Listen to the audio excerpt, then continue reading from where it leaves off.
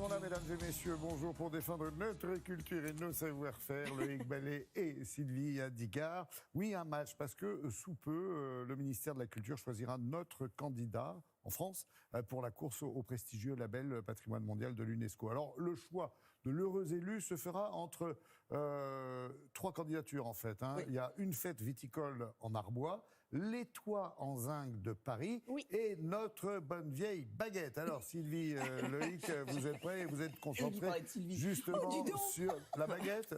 Ah, il y a ta baguette ouverte. Vous êtes concentrés sur les 2 derniers, à savoir les toits en zinc de Paris et la baguette, le symbole de la France à travers le monde. Dites-moi pourquoi si important, ma Sylvie, de candidater à un tel label. Parce que ça protège, parce que ça valorise. C'est hyper important. Vous savez, oui, vous savez, exactement. Donc il faut candidater, il faut autoriser les toits en zinc pour candidater à l'UNESCO, parce que en fait, les toits en zinc, c'est le patrimoine français, c'est le patrimoine parisien, c'est hyper important. Mais les couvreurs zingueurs, si on continue comme ça, il n'y en aura plus. Donc, de protéger, de labelliser, c'est important. Il y a une petite histoire. Oui. Non, je disais parce qu'il y a Loïc qui est à côté qui dit rien, mais côté gastronomie, on n'est pas en reste. Côté gastronomie, on a énormément. Déjà, on a le dîner gastronomique des Français, qu'on a tous vu classer, c'était en 2010.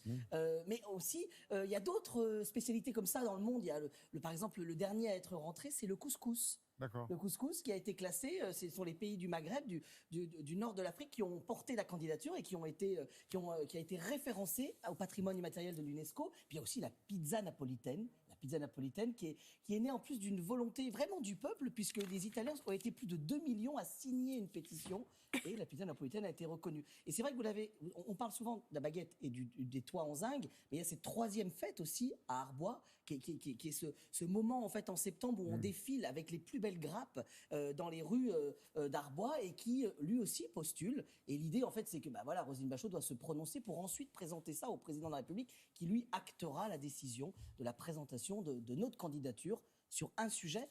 Voilà, c'est ça l'idée.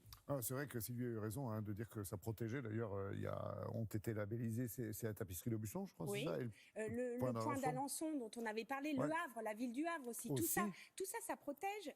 Le savoir-faire reste, du coup. Alors, pourquoi nos zingueurs, couvreurs, méritent ce label-là aujourd'hui ? Parce que déjà, ils rentrent dans les critères, à savoir qu'il y a un savoir-faire ancien, un savoir-faire rare, il y a un lieu, il y a une histoire, il y a un territoire. Donc, vraiment, ils couvrent tout ça. On s'est rendu sur les toits, carrément, et on va vous raconter la petite histoire. Regardez. Une histoire de toit. Ouais.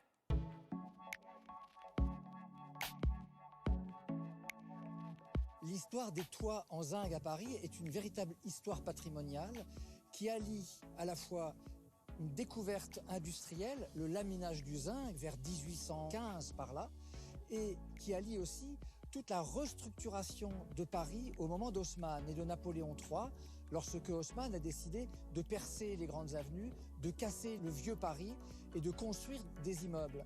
Et il faut comprendre que ces immeubles, il y en a construit en 17 ans 37 500. Vous imaginez, c'est un chiffre absolument gigantesque. Et ces 37 500 immeubles qui sont là tout autour de vous, sur cette espèce de mer de gris, cet océan de toits, et il faut continuer aujourd'hui à les restaurer en permanence, en fait. Cette espèce d'épiderme, si vous voulez, qu'il faut soigner, changer par-ci, par-là, mais c'est une espèce de chantier permanent à Paris. Extraordinaire, très belle découverte. Et merci pour ça, ces belles images, Sylvie. Loïc, vous avez choisi la baguette. Dites donc, elle est bien jeune, me semble-t-il, quand même, pour mériter le patrimoine. C'est assez intéressant parce que la baguette représente notre carte postale, c'est vrai, parce que quand on parle du français, il a un béret et une baguette, il n'a pas un toit en zinc sous le bras, juste pour vous dire. Oui, mais s'il vous plaît, arbitre et joueur. Mais en tout cas, je veux dire en fait que la baguette est assez récente. Elle est née à la fin du 19e, début du 20e, mais surtout, les premiers pains, en fait, traditionnellement, ils étaient ronds. C'est les pains de campagne. Et en fait, on voit déjà Olivier de Serres en 1600 qui commence à parler d'un pain un petit peu différent des autres, qui est allongé, un pain qui s'allonge. Et petit à petit, ce pain va s'allonger.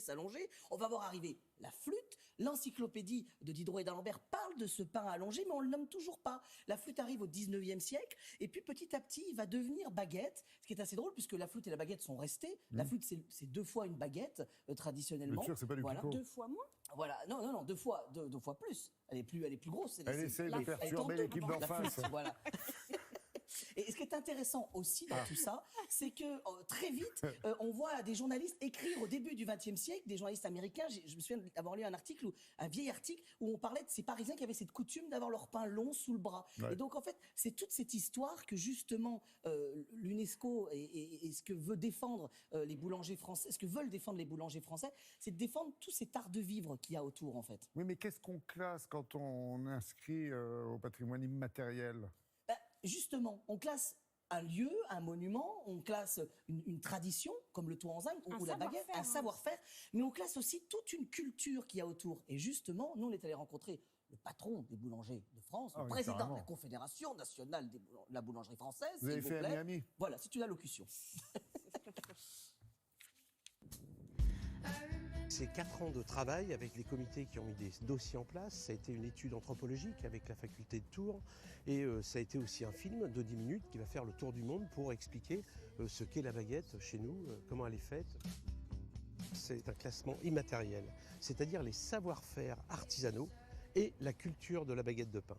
C'est la recette de ce produit, le pétrissage lent, le façonnage à la main, la fermentation, mais aussi tout ce qui va tourner autour de la baguette. C'est-à-dire la première course qu'on donne à faire à un enfant, le premier morceau de quignon de pain qui va aller dans la bouche d'un enfant. Aussi ses habitudes d'aller à la boulangerie, dans les villes, dans les villages, tout ce lien social, en fait, toute cette culture autour de la baguette de pain qu'on veut conserver, ce savoir-faire, ce savoir-vivre à la française. Ah, la baguette sur les quais de Paris, ça fait passer votre toit en zinc. C'est pas un peu trop parisien là, pour avoir le label? Oui, c'est parisien, c'est sûr, mais ça remplit les critères spécifiques pour cette demande de label, à savoir un territoire, un lieu. Mais ce que ça défend, ce sont les couvreurs en général. Un couvreur zingueur, il sait couvrir avec tous les matériaux. Donc en fait, vraiment, c'est une profession. Quand on est couvreur zingueur, on sait faire d'autres choses. Et surtout, on est dans l'époque, on transmet et on est lié à l'écologie. Regardez.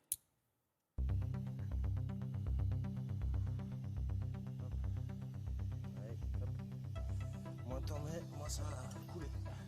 Voilà, là c'est top. Ce qui m'a plu, c'est non seulement cet environnement, la technicité, l'idée de pérenniser le patrimoine parisien, de garder les traditions et techniques qui sont employées depuis des années et continuer à rénover Paris tout en essayant d'optimiser l'architecture typique parisienne des toits parisiens avec les nouveaux enjeux énergétiques et d'isolation qui concernent tout le monde. Là, tu traces 6. C'est un métier de tradition, c'est un métier de transmission, mais je dirais que chaque fois, avec les décennies et les nécessités, notamment de développement durable, on rajoute de nouveaux métiers au métier de couvreur. Là, maintenant, on demande aux couvreurs de savoir poser de l'isolant. Mais je veux dire que c'est un nouveau savoir-faire en plus qui se rajoute et qui doit répondre aux accords de Paris sur le développement durable. C'est vraiment un plus qu'ils apportent maintenant sur les toits de Paris.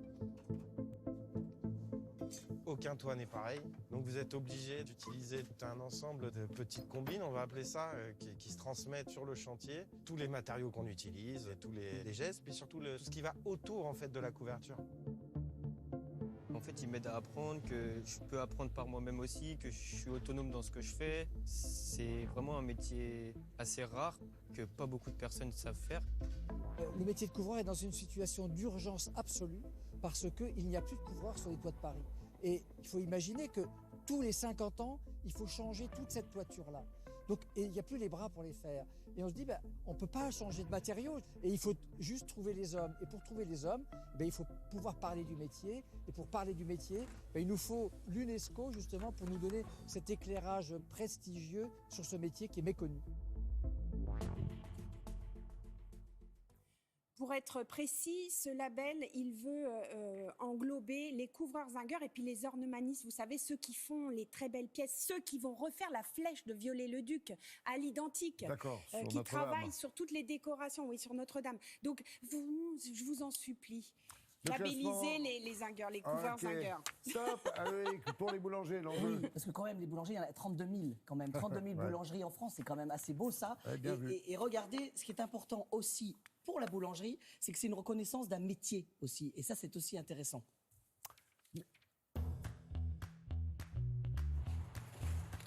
Pourquoi faudrait classer à l'UNESCO la baguette, finalement ? On a absolument besoin d'attirer des jeunes, de créer vraiment des vocations. Et cette mise en lumière de notre produit va peut-être permettre justement d'attirer constamment de nouveaux personnels. Nous, on est en recrutement sans cesse en fait à l'année, on recrute, que ce soit en boulangerie, en pâtisserie ou même en vente. Et on fait la formation, c'est-à-dire qu'on a pas mal d'apprentis aussi. Je sais que la profession recherche actuellement 9000 personnes, donc il est vraiment important d'avoir une reconnaissance de notre savoir-faire. On est tous les matins dans nos fournils, donc voilà, d'avoir vraiment une reconnaissance de notre savoir-faire, de nos produits, c'est toujours très agréable, surtout après l'année qu'on vient de passer qui était un petit peu compliquée, parce que c'est vrai qu'on parle beaucoup des restaurateurs, mais nous aussi les boulangers, on a été impactés, donc ça ferait du bien à toute cette profession.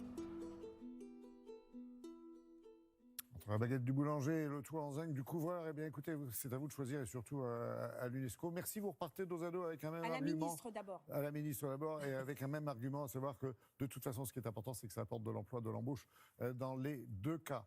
Merci à tous les deux pour ce match à égalité parfaite. La météo, c'est avec Nathalie qui nous rejoint.